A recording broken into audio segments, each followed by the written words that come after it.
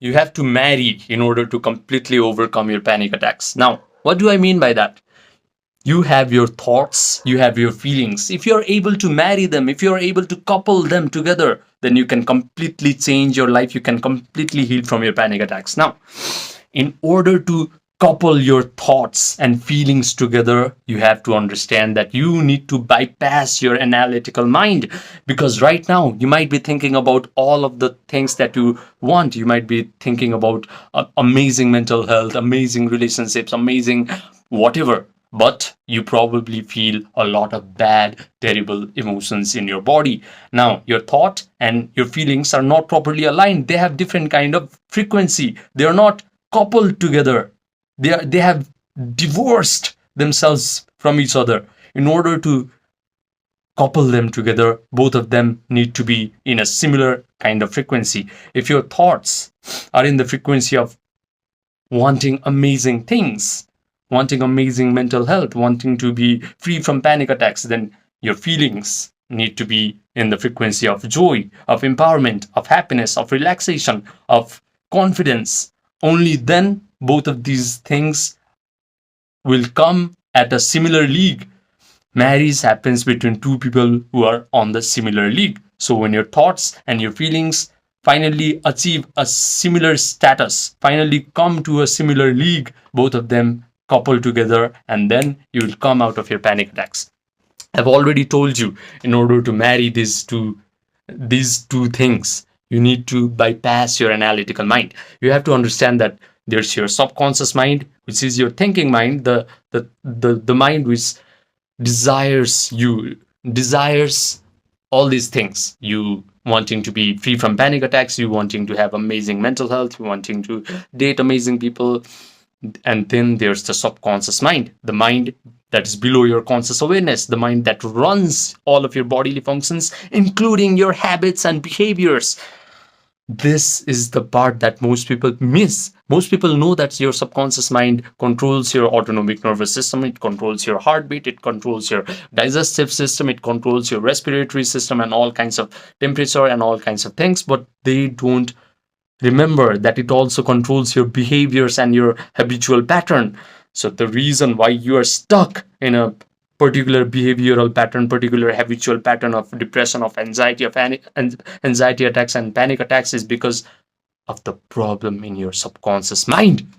Now, no matter what, no matter how much you desire to change in your conscious mind, your subconscious mind doesn't receive that information, because there's a gap, there's a demarcation between these two parts, and that is analytical mind. When you're highly focused in your environment, when you're highly focused on your body, when you're highly focused on the places and circumstances around you, then that analytical mind is very, very difficult to break, very, very difficult to infiltrate.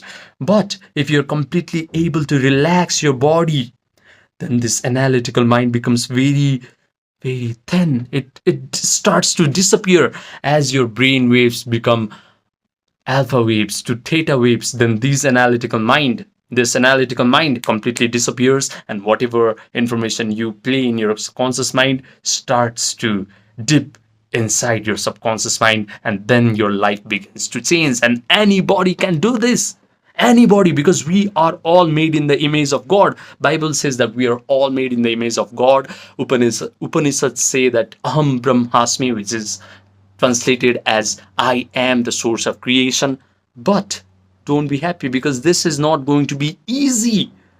You have to have your attention span very, very keen. You have to have your attention to be very present, because right now many people have attention span of a goldfish. Whenever they think of a certain mental image, they cannot hold that mental image for a long period of time. Their mind automatically starts to go towards their worries, towards their concern, towards a predictable bad future, towards a terrible thing that happened in the past. But if your attention is completely maintained in the present, and you can hold that attention on what you desire, on the things that I'm about to say, then you can completely change your life. Now, in order to do this, there are 3 steps. The first step is complete relaxation of your body, that is achieved by chanting Om. There are so many different ways of relaxation. You can do yoga nidra meditation, you can do all sorts of other different relaxation techniques, but chanting Om is the best to overcome your panic attacks, because not only is it going to help you relax your body, but it also stimulates your parasympathetic nervous system, making you naturally a calm person. Many people have just come out of their anxiety and panic attacks simply by chanting Om 20 minutes a day, 2 times a day. So I recommend you to do chanting of Om, AUM, Om 20 minutes before starting the number 2 and number 3 step of my meditation process. Now, I've already made a 20-minute video on how to chant Om properly. You can check that out on my YouTube channel.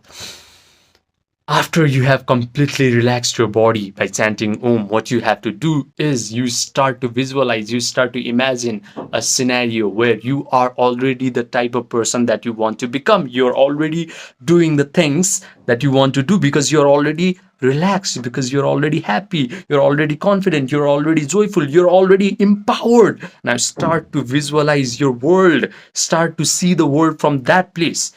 In the first person, start to see the things that you want to see, start to hear the things that you want to hear, start to smell the things that you want to smell, start to taste the things that you want to taste, start to touch the people and the things that you want to touch. Provide all the sensory vividness to your imaginary act.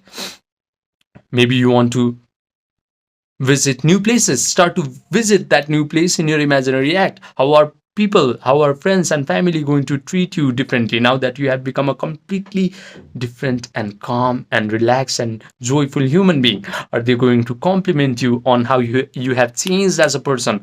Are you going to taste coffee again? Because right now maybe you're avoiding stimulating agents. Are you going to date certain people? Because right now a lot of people cannot date because they have been inflicted by a lot of mental pain.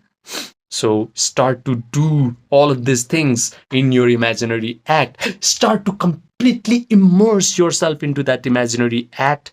And when you do that, when you provide all the sensory richness to your imaginary act, the imaginary act starts to create a neural network in your brain. Your brain starts to physically reflect that that experience has already happened to you.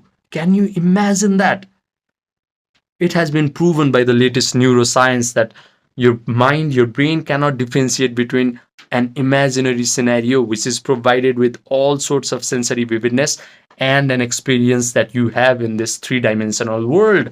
So start to use this property of your mind to your advantage. Start to mentally rehearse these imaginary scenarios where you are doing all the amazing things after you have healed from your panic attacks. And then if you mentally rehearse these imaginary scenarios where you are the type of person that you want to become, where you are doing the things that you want to do, if you just mentally rehearse this enough times, these neural networks that were formed inside of your brain become set, become hardened, become permanent, and it starts to send a flood of chemicals down your body. Now that chemicals are going to create a lot of feelings of joy, all these elevated emotions of positivity, of confidence, of empowerment, of gratitude, because of course you're going to feel grateful now that you're completely free in your life, now that you're doing the things that you want to do, now that you're dating the people that you want to date, now that you're eating the foods that you want to eat. Now that feelings, that elevated emotions is finally coupled with your thoughts. Now imagination is finally married to your emotions. Now those emotions are going to breathe life into that imaginary act. It's an amazing thing to experience. Imagination creates reality. This was the principle that was given by Neville Goddard in 20th century, but I say it's an incomplete statement because imagination in and of itself right now is weak and impotent. But if you properly immerse yourself into the imaginary act and completely feel the emotions of your desired future, then that imagination becomes reality. I challenge you to prove me wrong by completely following my instructions. And if you prove me wrong, I will stop making this kind of videos. But you cannot prove me wrong, because what I am telling you right now is true. Because I have personally experienced this in 2021. I took almost 9 months to completely develop my present moment awareness. I took a lot of time to develop my attention so that I could hold the mental image properly. But if you can properly do it right now, today, you can change overnight. It's such an amazing thing to experience. Now, I have made so many videos on how to do this, but if you still cannot do it, I provide one-to-one coaching. So message me on my Gmail or my Viber or my Telegram or my WhatsApp, and then we can get started right away. You have to remember that the sky is the limit if you truly know how to imagine correctly and feel the emotions of your desired future correctly. Subscribe, and I will see you in the next video.